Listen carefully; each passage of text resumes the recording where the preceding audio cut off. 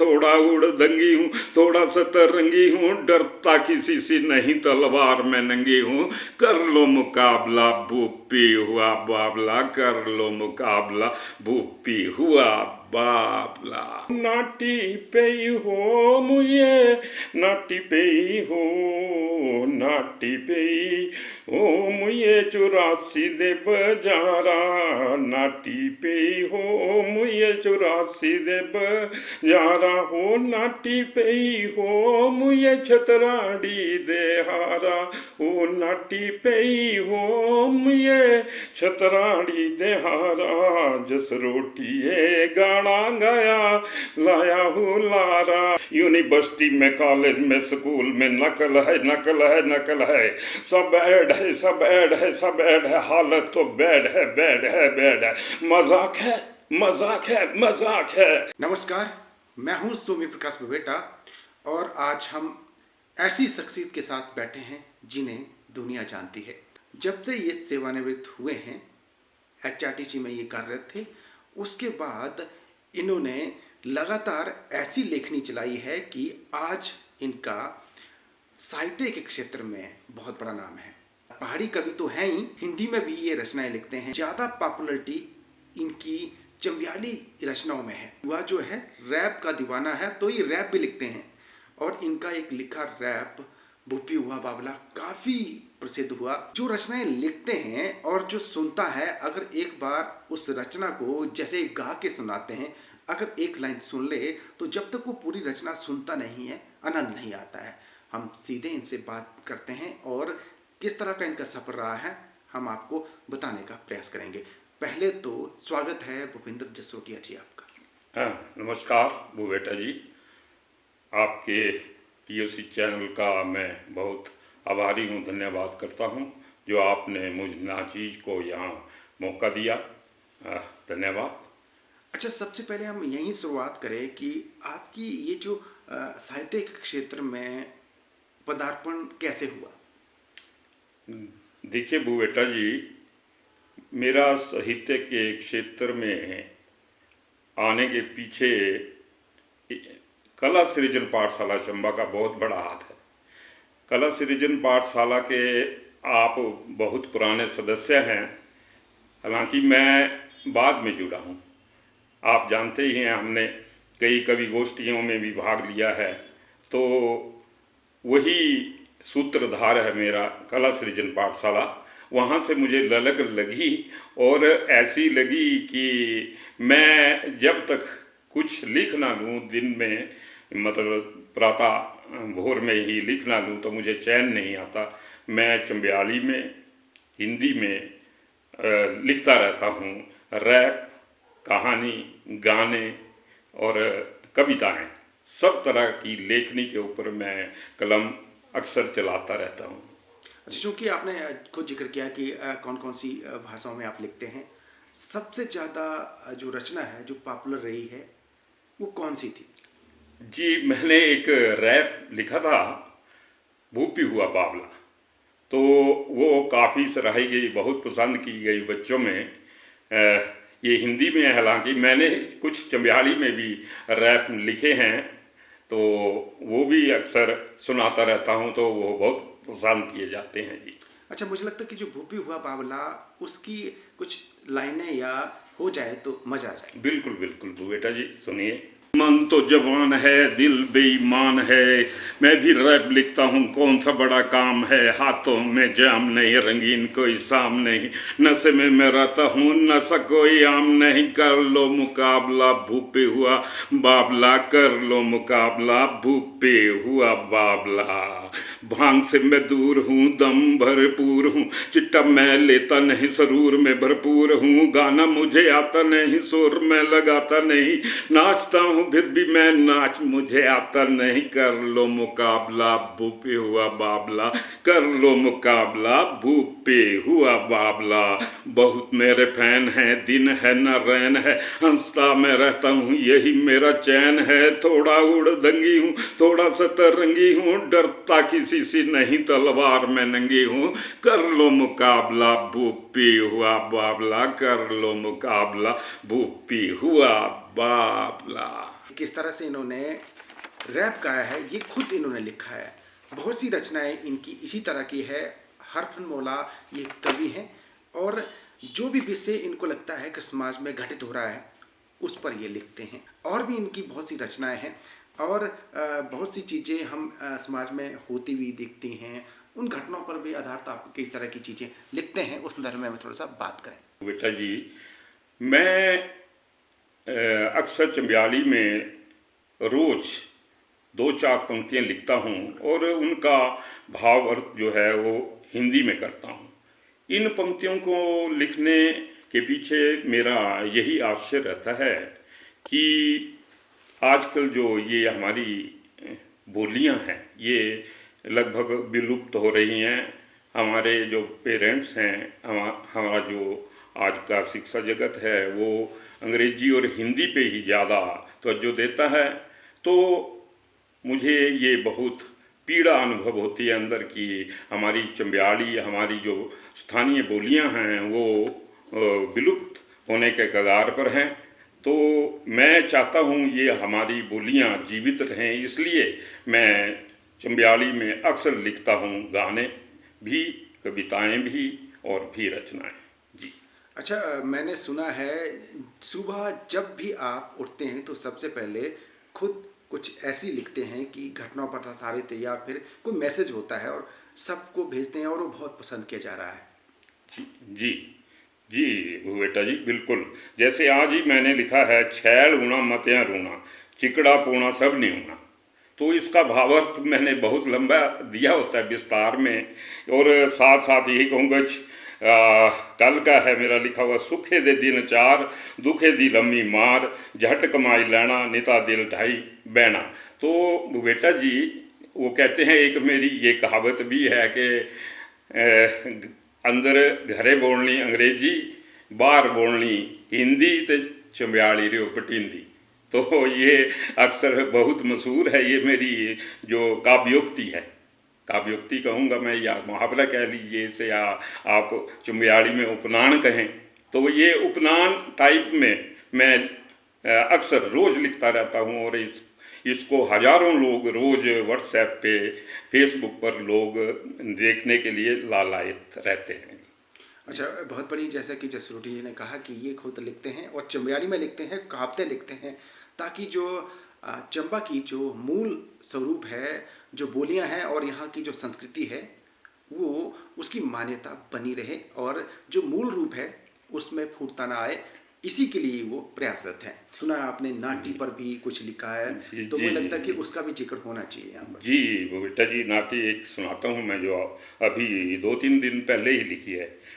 नाटी पे हो मुझे नाटी पे हो, नाटी पे हो मुझे नाटी पे हो, चंबे दे बजारा मुझे चंबे दे बजारा, सामदार हारा मुझे सामदार हारा, ओ नाटी पे हो मुझे नाटी पे हो, तीसे दे बजारा मुझे तीसे दे बजारा हो, चांजू दे हारा मुझे चांजू दे हारा, ओ नाटी पे हो मुझे नाटी पे हो, ओ नाटी पे हो मुझे जोत खजियारा, हो नाटी पे हो मुझे लुड्डू जमुहारा, हो नाटी पे हो मुझे नाटी पे हो, नाटी पे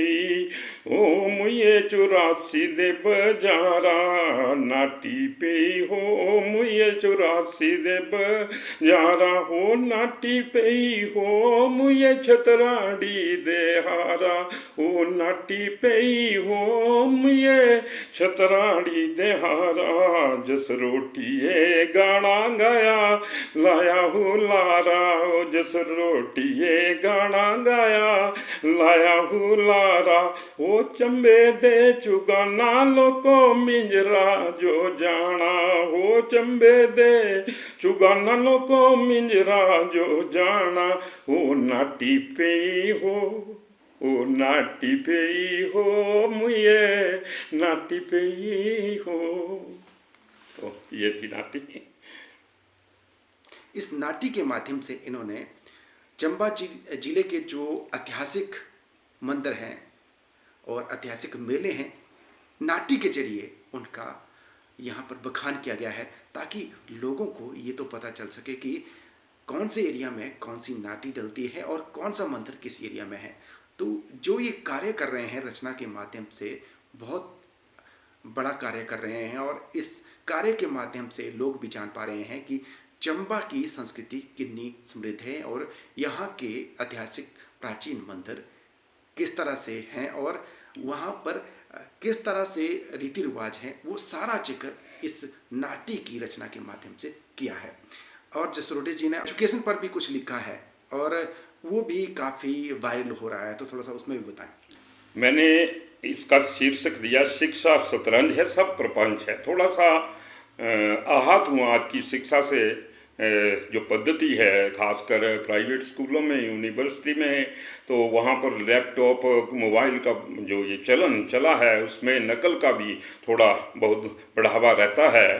तो उसी के ऊपर मैंने लिखा है पेपर कैसे पेपर, यूनिवर्सिटी में, कॉलेज में, स्कूल में नकल है नकल है नकल है, सब ऐड है सब ऐड है सब ऐड है, हालत तो बैड है बैड है बैड है, मजाक है मजाक है मजाक है, अंदर मोबाइल है, प्रशासन घायल है, बच्चों में सम्माइल है, सब जानते हैं, लफड़ा है घपड़ा है तकड़ा है, आंखों में धूल है, पैसा उसूल है, मनमानी खूब है, बड़े बड़े सेठ हैं, सारे सेट रेट हैं, यूनिवर्सिटी प्राइवेट में हद तक रिबेट है, मजाक है मजाक है मजाक है मजाक है, सब कुछ फिक्स है, हाजिरी से लेकर रिजल्ट तक ट्रिक्स है, सरकारी आंखें बंद है, माँ बाप तंग हैं, बच्चे नहीं बोलते, हुड़दंग ही हुड़दंग है, ऑनलाइन पेपर का बहुत बुरा हाल है, कहने को एडवांस है, गूगल से पास है, डिग्री का मोल नहीं सब बकवास है, मजाक है मजाक है मजाक है मजाक है,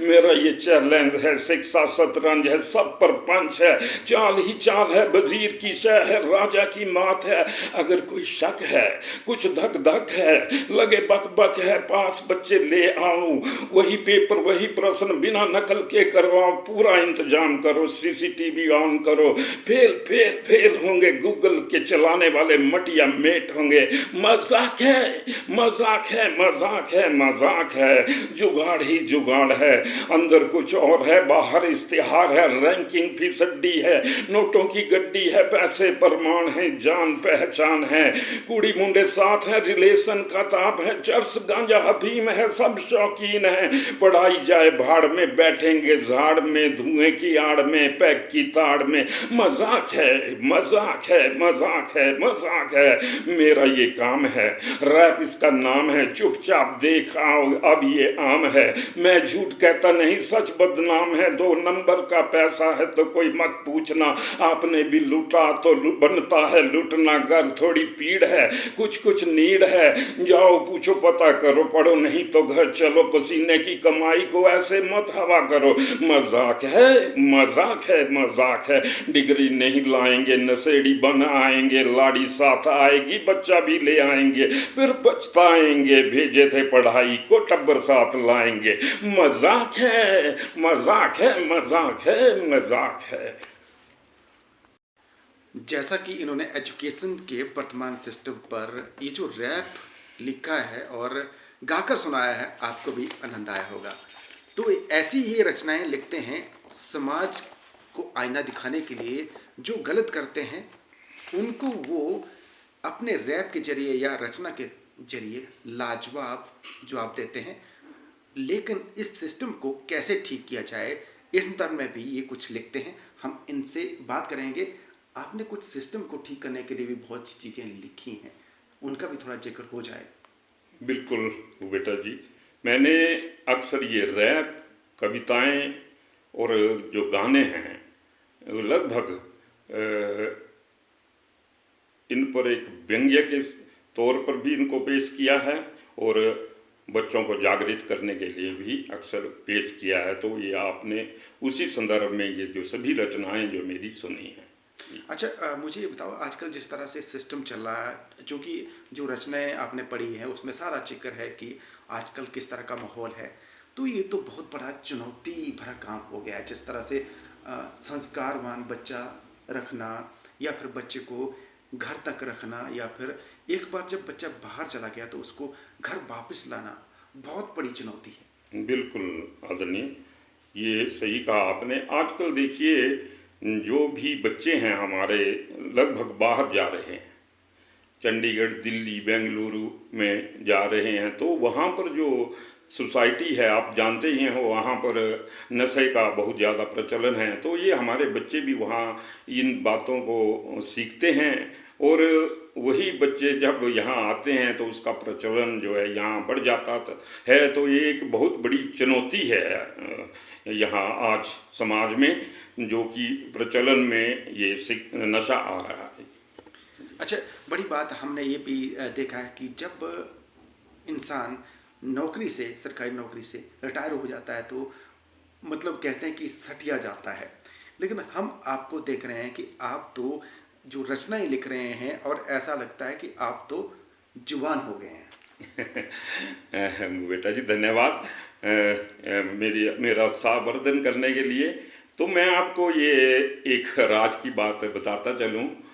मैंने सेवानिवृत्ति के बाद अपने आप को ये साहित्य में लगभग समर्पित कर दिया, और दूसरा मैंने अध्यात्म की ओर बहुत ज़्यादा ध्यान दिया है। मैं लगभग सुबह 1 घंटा 1.5 घंटा, सुबह 4 बजे उठ के, 4:30 का समय, और शाम को 7-8 बजे के बीच में, मतलब घंटा 1.5 घंटा रोज़ साधना करता हूँ, बैठता हूँ। और मैंने ये महसूस किया है जो ये साधना और पूजा पाठ से, कि ईश्वर भी आपको हिम्मत शक्ति जो है वो देता है, और आपकी बुद्धि को प्रखर करता है।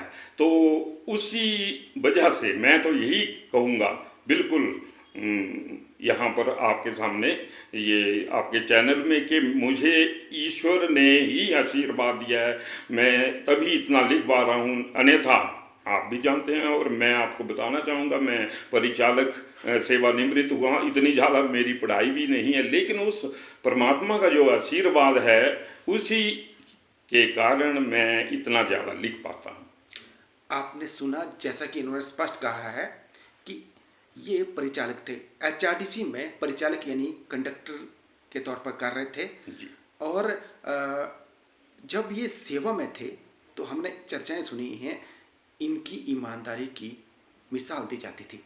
और बड़ी बात मैं अब कहूँगा, जिनके पास किराया नहीं होता था उनका किराया ये अपनी जेब से भरते थे। आप समझ सकते हैं कि ये कितने भले इंसान हैं। इनको पता चल जाता है, क्योंकि जब ये बस किसी रूट पर ले जाते थे, नेचुरली जब वहाँ उस बस में सवार होकर कोई जाता है तो सबकी हैसियत का पता होता है।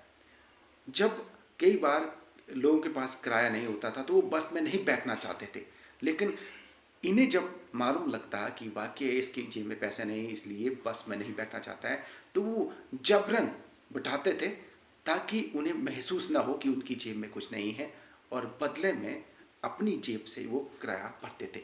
इसमें कितनी सच्चाई है? बिल्कुल आदरणीय, ऐसा आपने बिल्कुल सही कहा है। ये बहुत से ऐसे वाक्य मेरे साथ हुए हैं।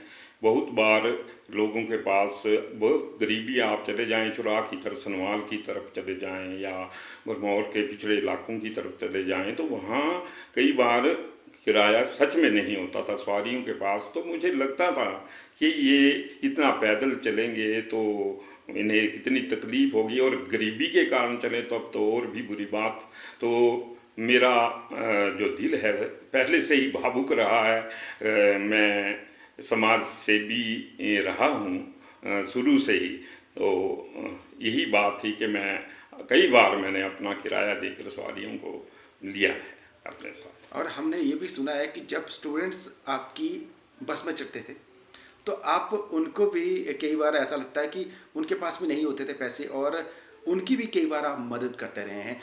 मुझे लगता है कि ये जो सेवा की जाती है उसका जिक्र नहीं होना चाहिए, लेकिन यहाँ पर मैं इसलिए जिक्र कर रहा हूँ ताकि आजकल जो लोग फूर्ता में है या दिखावे में है, अगर कोई ज़रूरतमंद दिखता है तो उसकी मदद करनी चाहिए।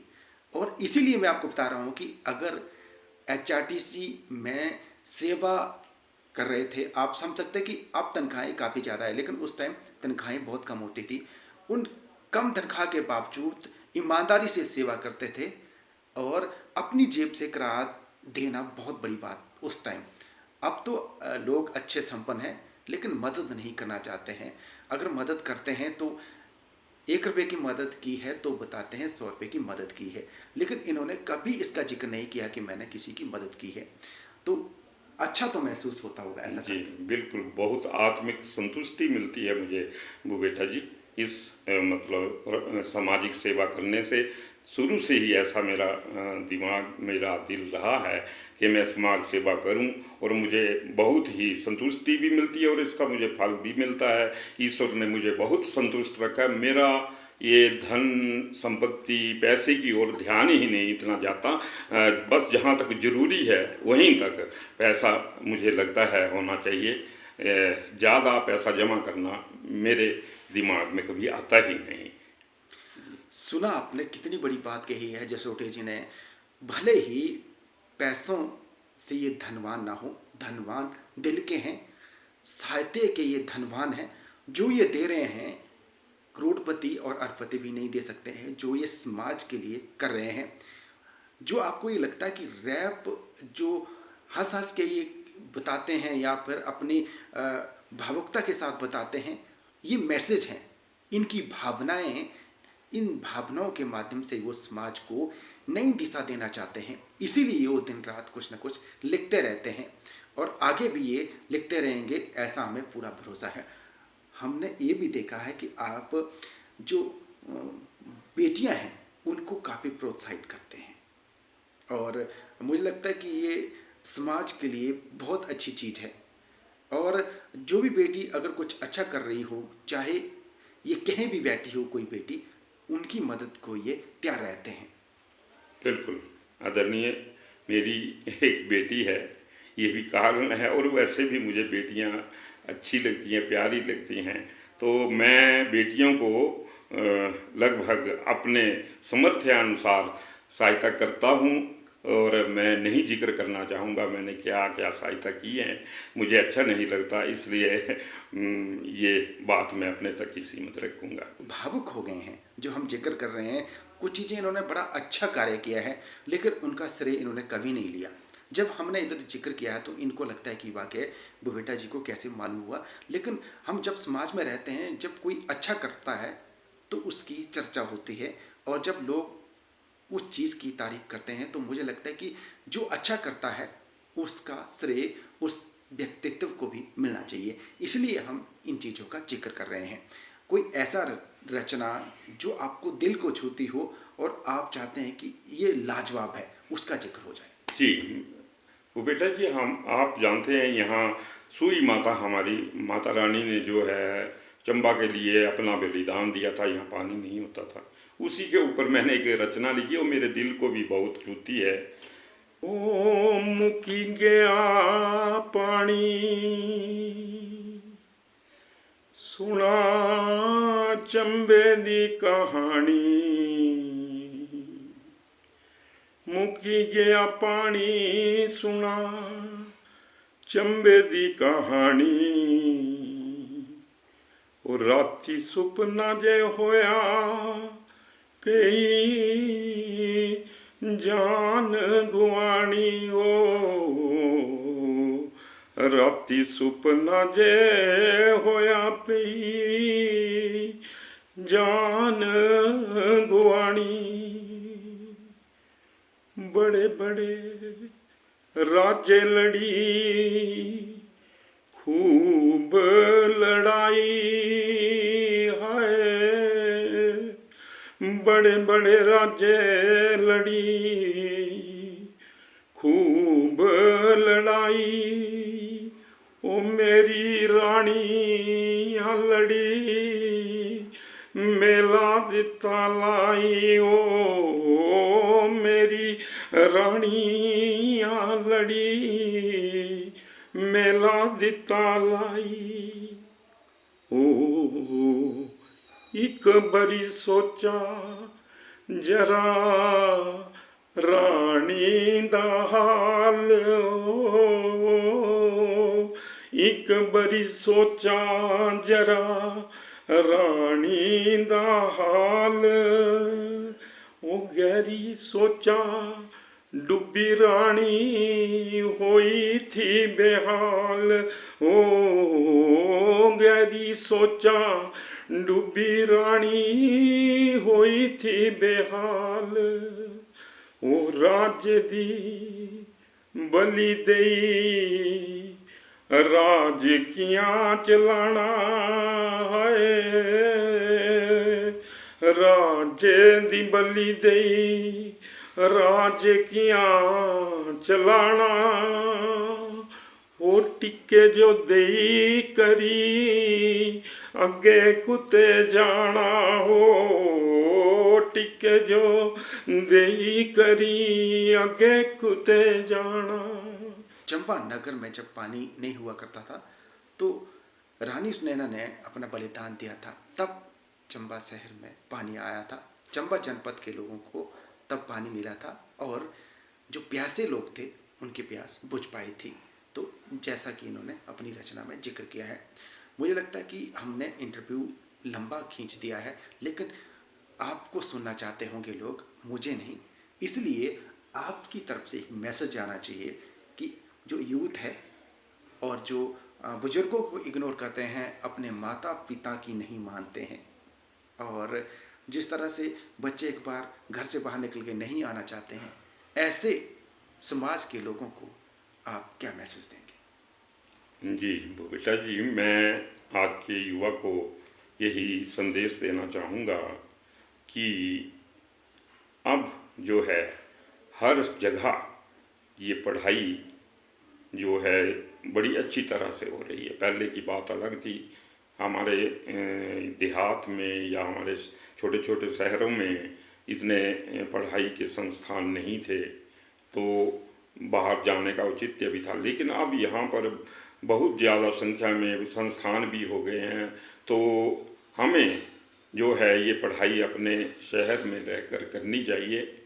और बाहर फॉरेन में जाने का की जो ललक है उसे भी थोड़ा सा संकुचित करें, थोड़ा सा मैं समझता हूँ, क्योंकि अब आपके मन में ये जज्बा होना चाहिए कि हम अपने देश में रहें, अपने शहर में रहें, तो हम वहाँ अपनी शहर की या देश की सेवा कर सकें वहाँ बैठ के, ताकि हमारा देश, हमारा शहर जो है ऊपर उठे। और दूसरी बात मैं ये कहना चाहूँगा कि अपनी बोली जो है हमारी स्थानीय, उसके ऊपर ज़रूर मनन करें कि हम पेरेंट्स भी जो हैं घर में बच्चों के साथ अपनी स्थानीय भाषा में बोली में बात करें, ताकि ये बोलियां जो हैं विलुप्त ना हों। जी बहुत बहुत धन्यवाद। तो ये थे भूपिंदर सिंह जसरोटिया जी। इन्होंने बड़ी बेबाकी से अपने साहित्यिक सफ़र का जिक्र किया है, और जैसा कि इन्होंने इंटरव्यू में जिक्र किया है कि वो HRTC में परिचालक थे, यानी कंडक्टर थे, उसके बाद सेवानिवृत्त हुए। अब ये साहित्य रस का आनंद ले रहे हैं और समाज को आईना दिखा रहे हैं। जो कुरीतियाँ हैं या जो भ्रांतियाँ हैं, जो समाज में कुछ बुरा हो रहा है, उस पर ये चोट समय समय पर करते रहते हैं और आगे भी ये ऐसा करते रहेंगे, ऐसा हमें पूरा भरोसा है। बहुत बहुत धन्यवाद। नमस्कार, धन्यवाद।